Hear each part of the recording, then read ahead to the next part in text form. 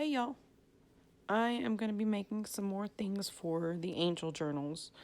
I wanted to play with that packing tape I had yesterday some more. So I got another piece of parchment out. And here's that tape by Duck. It's called Easy Tear Paper Tape. It's a packing tape. But I actually found it in the hardware department, not where the packing and mailing items are. Just gonna put a couple of strips on here. Hindsight's 2020. I probably really should have used half the length. You'll see later. It ends up turning out well, but I struggled a little bit with part of this because the strips were so long.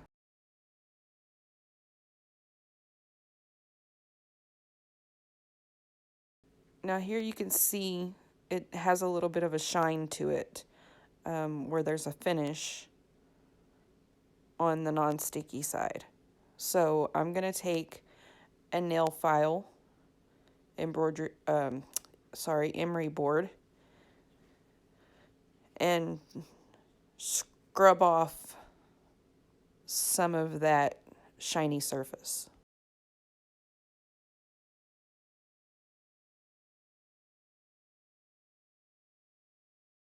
I'm wiping it with a clean cloth because it left some fluff and things, and I'm going to be using some stamps and some inks. And here you can see how the one on the right is a lot less shiny than the one on the left. So I'm just going to go ahead and continue on with that and finish that up. Got out a script stamp. This one is in French, and my Stays On ink in jet black. And I'm going to stamp this tape. I'm also going to fast forward this part a little bit.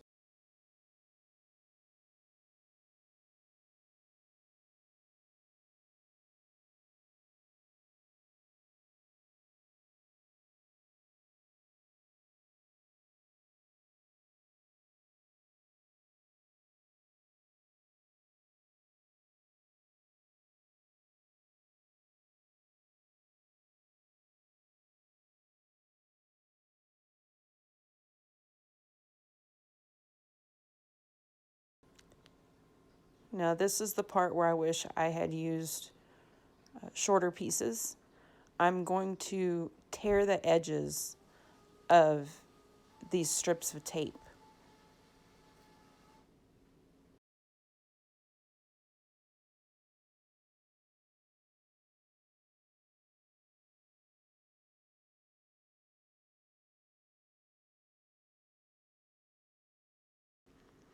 Also, I'm saving all the little pieces that I tear off.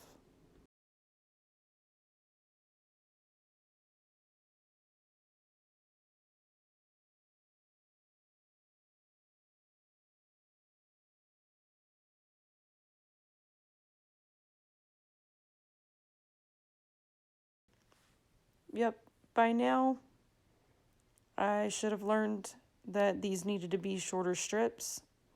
But no, I was being stubborn and continued on.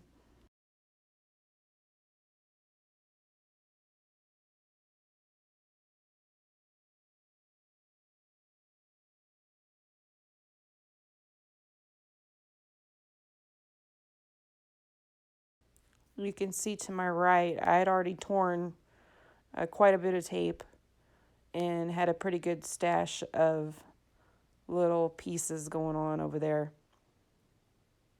And I do end up using a lot of these pieces in the journal.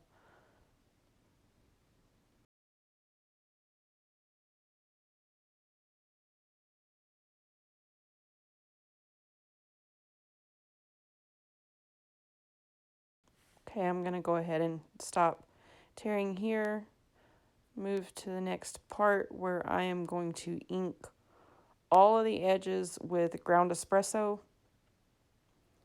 and start grunging these pieces up. Luckily, I did speed up this section of the video.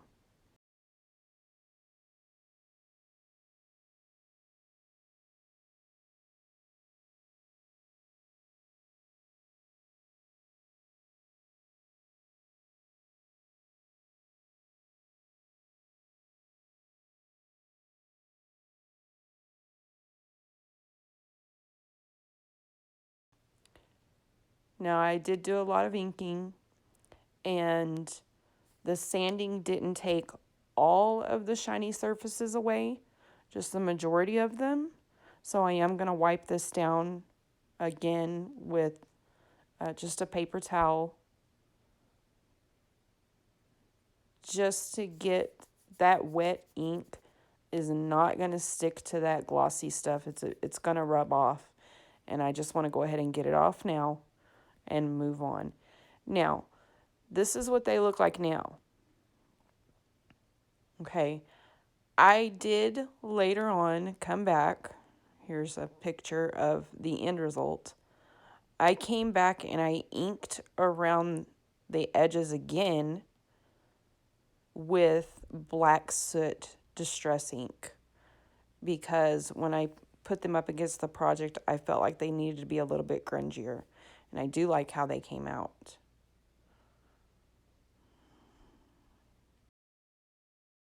Now I'm going to use them. So here is the journal pages that I was talking about that cracked or that are trying to crack, and I needed to find a way to reinforce them. I am going to use this tape.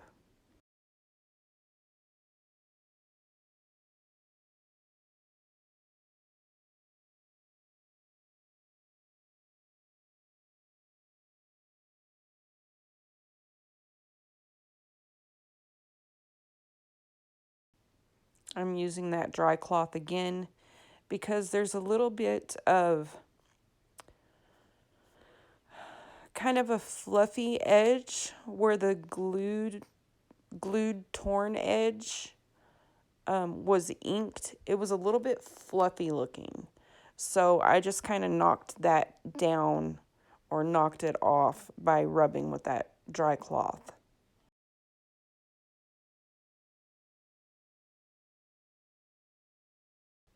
This piece is a little too long, so I'm just going to rip it before I completely stick it down. Ink that torn edge there, and it's good.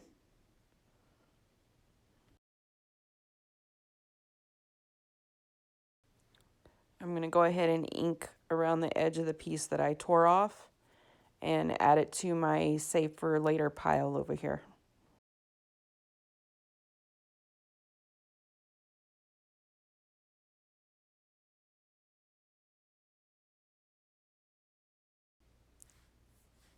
Folded and press that page with my bone folder to get a real good fold on the tape. It's holding, it's not trying to lift for now. I will know by the time I get done with this journal how well this tape is going to hold and if I'm going to have to go back and glue it all down later.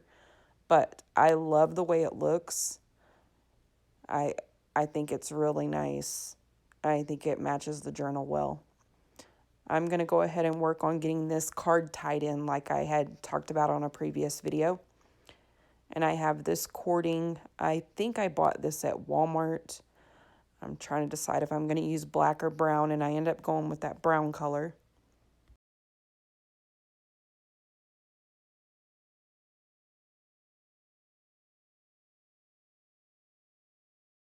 Remember that little piece of tape I saved earlier? Well, I'm going to use that piece of tape to hold this string in place.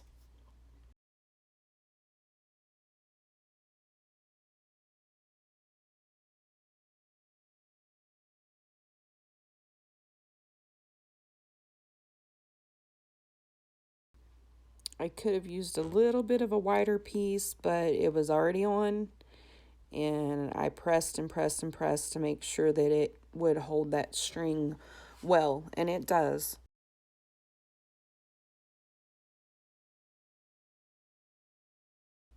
And then I'm just going to tie the card in with a bow where it can be taken in and out.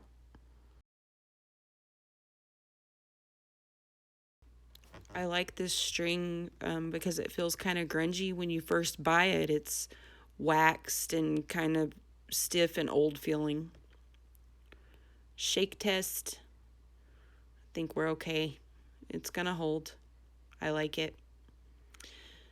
Okay, moving on to another page in the journal. I said I was going to do this other pocket on camera. This was a Roxy's Weekly Challenge 2023 pocket. It was for week 2. It was large pockets. Let me look. Yes, large pockets. But I'm not gonna, well, I may use flowers. I don't know. I'm kind of thinking this is where some feathers are gonna come in. As you can see, I've sped the video up, and I'm going to be using a ton of ink on this pocket.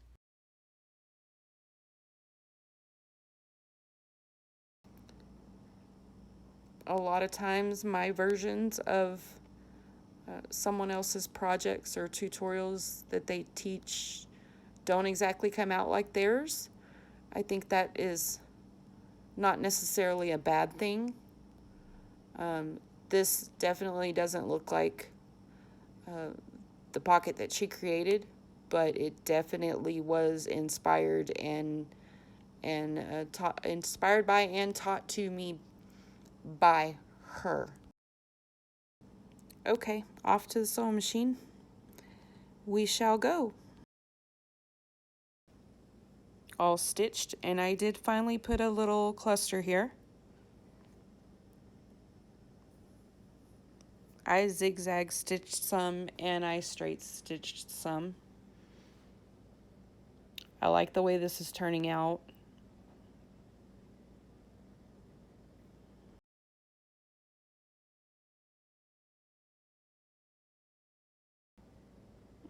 There's a lot of more work that I want to do on these pages, but I think this looks great. I like it. I like how it's turning out. Thanks for watching, y'all. Any information that you might be looking for hopefully is linked below. If it's not, just shoot me a message. Thanks, y'all.